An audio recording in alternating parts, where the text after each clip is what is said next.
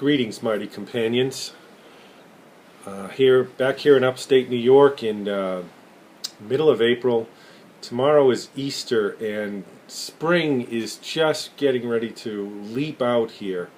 It's extraordinarily beautiful up here this time of year. This is my favorite time of year. We're headed into the month of May, which is truly an extraordinary month. But tomorrow is Easter, so I thought I would discuss an aspect of Easter that happened to me related to contempt and behavior. And Course in Miracles discusses Easter in depth. It's one of the more important aspects of the Course, actually. And so I'd just like to read a few sentences from it as a preface to this little story I want to tell. The depth to which the chapter 20 in A Course in Miracles is about Easter, and the depth to which it goes is remarkable. I've been studying the Course for 8 years full time, and it's just extraordinary what it yields. It yields continuously. But here are a few sentences from that chapter.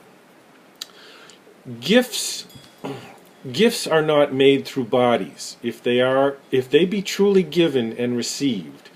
For bodies can neither offer nor accept, hold nor take. Only the mind can value, and only the mind decides on what it would receive and give. And every gift it offers depends on what it wants. Every gift that the mind offers depends on what it wants. And then I'll skip down here to the next paragraph. Here is the value you lay upon your brother and on yourself. Which means whatever value you place on your brother is the same value you're placing on yourself. Here is your gift to both.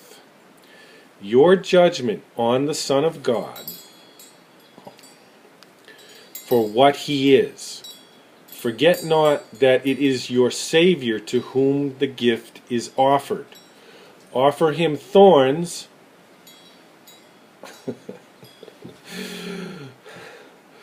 offer him thorns, and you are crucified. Offer him lilies, and it is yourself you set free. So the gift of lilies and the gift of thorns. They happen to be behind me when I set this up.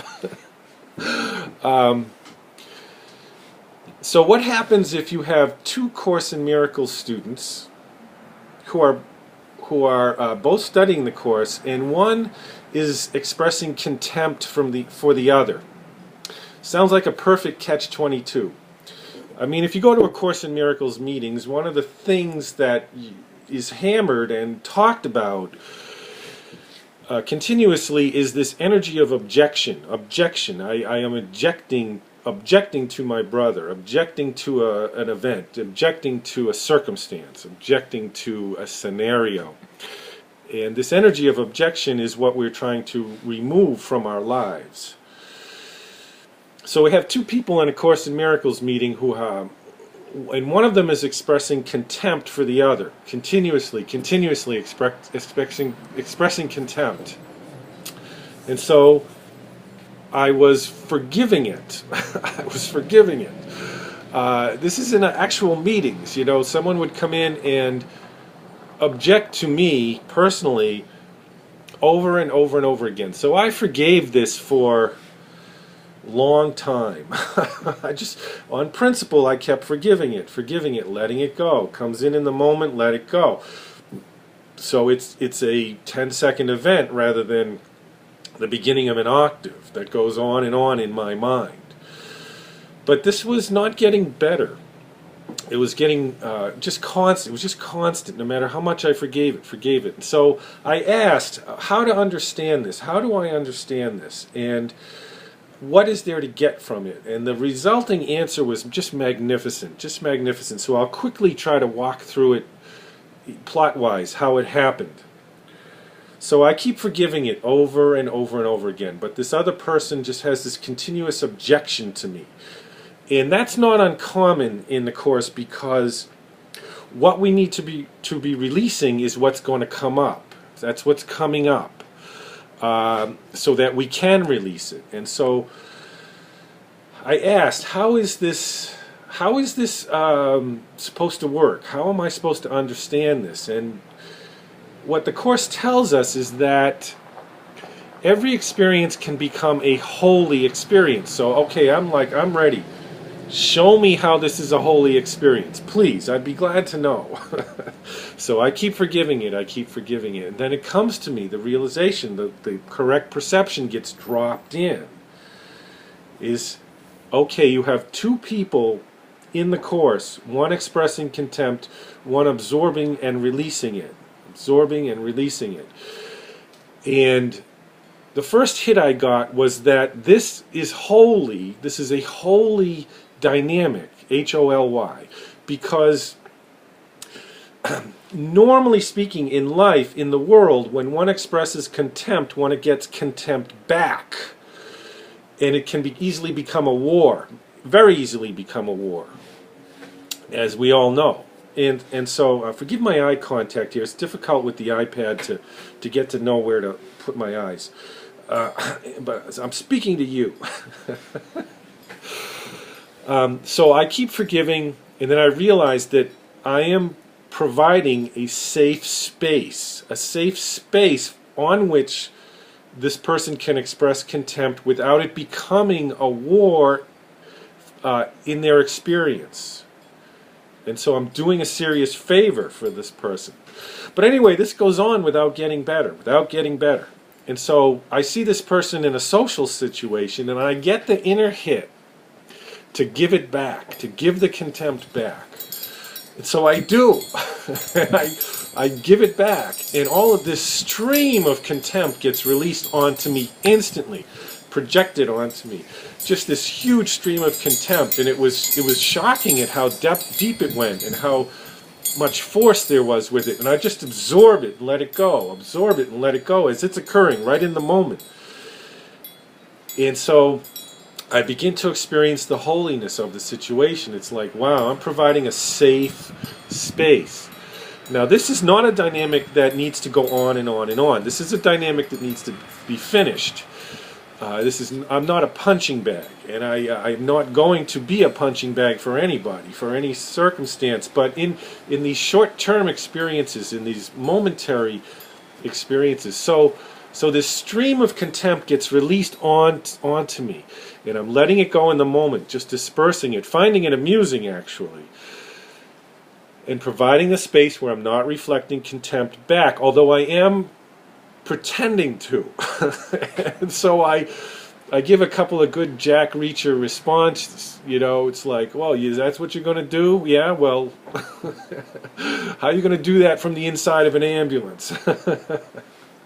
Not meaning it, but enjoying kind of the repartee. And so this kind of explosion occurs, and it ends. It's a 90-second experience before the person walks away. So I view it as a 90-second experience, and I ask again, what does this mean? How can this be holy? So I get that basic answer that I am providing a holy space to not reflect the contempt back, and that's a really important service that one can provide for the other, but in bursts and short experiences, not in a long-term permanent way. No way. And so I will be someone who will hold space, but I will not be a punching bag, and that's just not going to occur. That's a decision that I have. So anyway, if I begin to extrapolate a little further about what this means, it's like, okay, I am getting in touch with a holy space inside that's very powerful. And as this experience settles in and expands in my mind, and I connect with the holiness of the experience,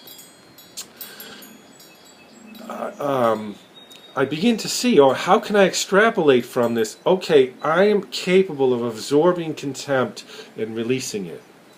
So I get in touch with my holiness, and my holiness, as it expands, this is the key. This is how it's related to Easter. Think about it. Jesus Christ on that cross is absorbing and releasing a huge amount of contempt. Huge amount of contempt. So his behavior, even before the resurrection, is important. The ego focuses on the crucifixion, and the spirit part of ourselves focuses on the resurrection, the overcoming of death, completely and totally without a doubt. And so there's Jesus on the cross experiencing a huge amount of contempt coming at him because he's experiencing a huge amount of holiness. It's commensurate to the experience, larger than the experience. The holiness must become larger than the amount of contempt coming at him. And so even though there was a difficult experience, an extreme example, it was over when it was over. Because there's no residue, and so when he gave up the ghost, as we say, and then returned to prove that death is not real, that the body is an image, both an image before and after he died. That's what I got. What an extraordinary way to look at the moments of the crucifixion, of being on the cross. Think about that. That's another lesson in the extreme example of the crucifixion. It's okay to absorb contempt because it will unlock your own holiness. To release it simultaneously, or as close to simultaneously as possible. And you offer in return the gift of lilies, not thorns. Look at those thorns. No more. It's ironic I sat here to do this video. So anyway, that's it for today. That's the take on Easter that I'd like to offer today, and the one I'm going to be meditating on for the rest of the weekend, without anyone expressing any contempt towards me at all. One love, everyone. Be well.